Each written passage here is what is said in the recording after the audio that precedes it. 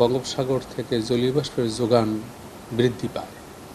এইরকম জলীয় বাষ্পের যোগান বৃদ্ধি পেলে যেহেতু রাতের তাপমাত্রা এখনও স্টেশন ভেদে সারা বাংলাদেশেই 12.1 থেকে 21 ডিগ্রি সেলসিয়াসের মধ্যে ওঠানামা করে। এই তাপমাত্রা ভোর রাতে ঠান্ডা অনুভূত হয়, বিশেষ করে প্রান্তিক পর্যায়ে।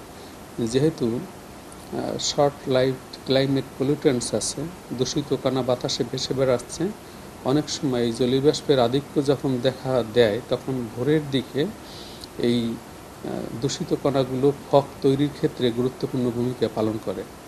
সেই কারণে শীতকালের তাপমাত্রা ভোর রাতের দিকে অবনমন এবং দূষিত কণার অবস্থান এবং জলীয় বাষ্পের আধিক্য, এই সংমিশ্রণে ভোর রাত থেকে সকাল পর্যন্ত সাধারণত এই ফেব্রুয়ারি মাসে বিশেষ করে দক্ষিণ অঞ্চলে কুয়াশার পরিমাণ বেশি থাকে এবং নদী অববাহিকায়ও কুয়াশার পরিমাণ বেশি থাকে।